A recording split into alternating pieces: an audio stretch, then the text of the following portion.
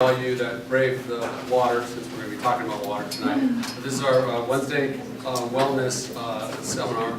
I'm Jerry Hizon. Those of you who don't know me, I'm a family sports medicine doctor, which means I was good at school, but I was really good at recess, so that's how you did it. That's specialty.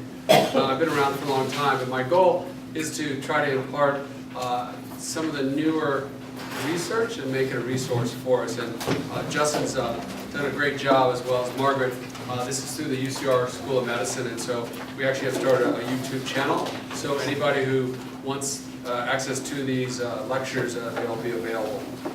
So this is a project through the School of Medicine. They have to do it's called a PIP project, Patient Improvement or Practice Improvement Project. And so this is to help, especially my diabetics, to get better. And so we really appreciate all you diabetics out there coming. I'm on the Board of Governors for the Temecula Valley Hospital. As I mentioned last time, we got accreditation for our new residency program.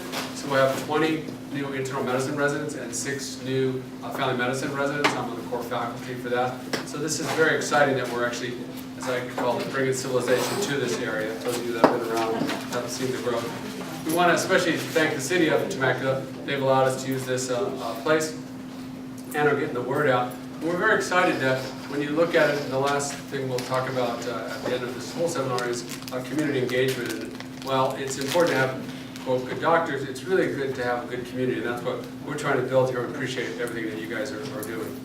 So I've termed this the 7 pillars of wellness, and I think there are 7 things that are going into a good lifestyle program.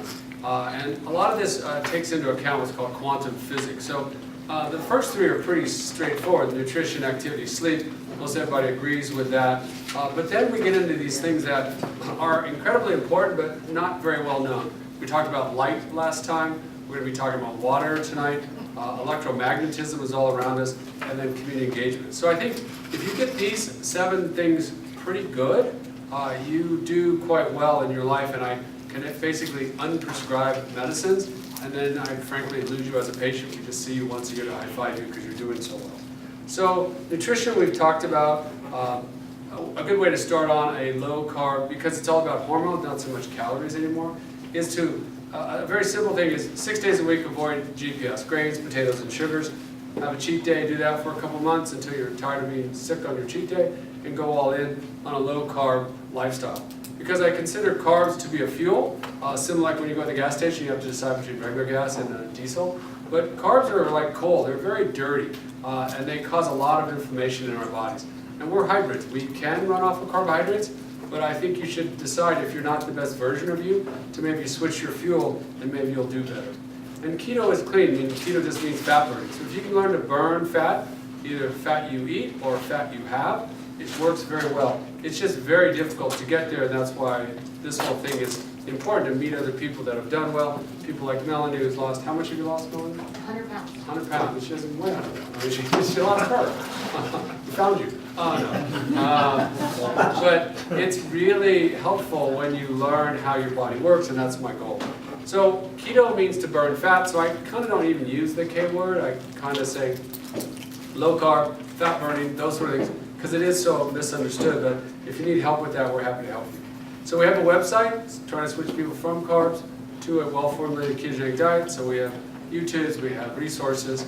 And then if you get a chance, this conference is this summer. So if this at all interests you, consider joining us at this conference. Give me 1 second here. And it's down in San Diego. It's something that that I liked. I happened to be in it. And these are all the top leaders there.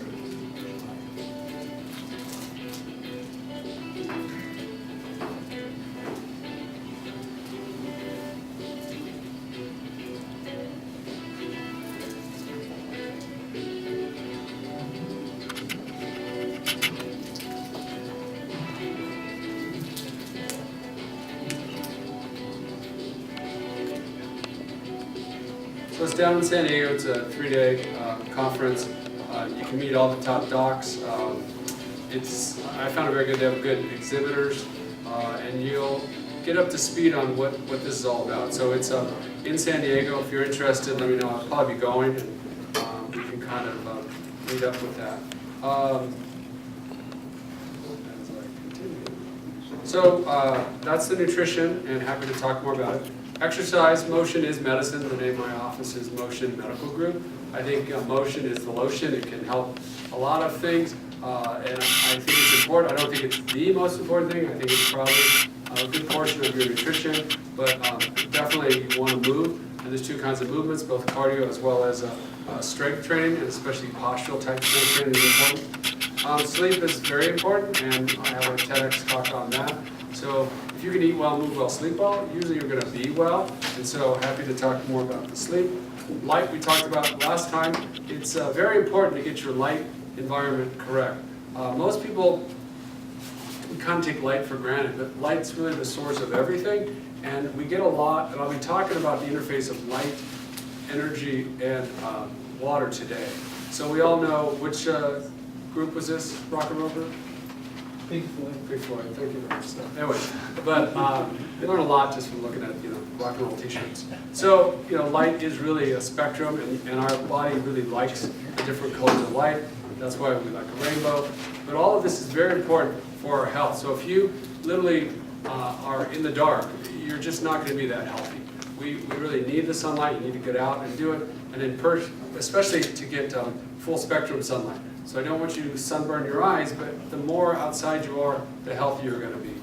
And we talked about the different wavelengths, and we talked about UVA, ultraviolet, beyond the violet, and UVB, where you get the vitamin D from. But what we're going to talk about today is a little bit more on this infrared. That we have all of this stuff is blue light. The screen, everything is blue light, unbalanced blue light. The opposite of blue is actually red, and so that's why red becomes quite important in terms of our health. Infrared lights, infrared saunas, all of those are quite helpful. We did talk about vitamin D. Most of us are low in vitamin D. Vitamin D is actually quite helpful to prevent cancers. It's good for bone health. It actually is very good for diabetes. And most of us need about 6,000 international units of a supplement because we do such a bad job with our light environment. I showed you my vitamin D shirt last time, that you can actually get vitamin D from the middle of the day, but you have to know how to do it. You have to show your solar panel, otherwise known as your skin. And so it's quite, I think, difficult in our modern world, and that's why most people end up doing supplements. But if you have your druthers, I think it's good to learn. So now I want to get into water, which is actually one of my favorite subjects. And I just want to give you, again, an intro into this. I've given you a little handout that talks about how much water we probably should get and some of the thought leaders. And I encourage all of you to Google and YouTube a lot of these thought leaders on this, because I think if you get your water right, you're going to feel so much better. So one of the big reasons for water has to do with our cell is really made out of water. We'll talk about how much we're made out of water. And one of the biggest things to understand is something called mitochondria. So right off the bat, we'll give you a big word, but if you had one thing to take away from all of the stuff I'm doing, the reason that we want to improve our lifestyle, frankly, is to improve our mitochondria. And if you don't mind, I want to show you this guy. He's a bit heady. He used to be at UC Irvine. He's now at Children's Hospital in Philadelphia. But when you look at this long list of stuff, if we look at the two paradigms of how to understand our diseases, so we either use anatomy, like, okay, if you have a headache, it must be your brain. If you have chest pain, it must be your heart. Versus genetics, like it must be your genetics. If you look at structure and genetics, that only explains about 20%. 80% of our diseases aren't explained by that structure and genetics. It really comes into energy, or more likely, or more precisely, is bioenergetics. And we get that from the mitochondria. So this is Doug Wallace. He'll probably be winning the Nobel Prize next year, but I wanted you to at least get a little taste of him. It's about the inheritance and predictive genetics. But the vast majority of the clinical problems that people are concerned about, such as Alzheimer's disease, Parkinson's disease, macular degeneration, diabetes, obesity, cardiovascular disease, those clinical problems we're surprisingly poor at either understanding or, in fact, doing much about, and certainly have very little ability to do predictive genetics. So that's a problem because, of course, the American public is concerned with exactly those clinical problems. Those are the ones that the vast majority of people here will succumb to. And so it's not surprising that Congress and American people are a little bit unhappy with the way our biomedical institutions are managing the money they give us. So that raises the question, then why can't we understand and cure the common diseases? And what are the diseases that are problematic? Well, all the neuropsychiatric diseases, heart and muscle diseases, visceral diseases, the metabolic diseases, diabetes, obesity, cancer, aging, these are all clinical problems that are the most pressing and for which we have the poorest toolkit to work with. So it isn't that $40 billion a year should be enough to address these problems. It certainly isn't the case that all of you don't work really, really hard and therefore should solve these problems. So what's wrong? And there's a guy named Thomas Kuhn who was a science philosopher. He's actually a physicist, we forgive him for that. Science philosopher, and he realized that what was really important in developing a scientific program was the initial idea that you had about how the world was organized. And he called those ideas paradigms. So where do we get these paradigms?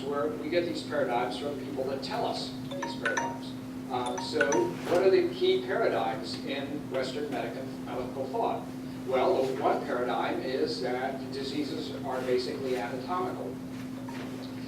Well, how did that come about? Well, that goes back to a man named Vesalius who lived a half a millennia ago. And he was the first to define the anatomy of the human body. And then all the subsequent aspiring physicians and what we now call scientists then decided to emphasize different parts of the body. So today we have ophthalmologists, neurologists, cardiologists, nephrologists, et cetera, et cetera.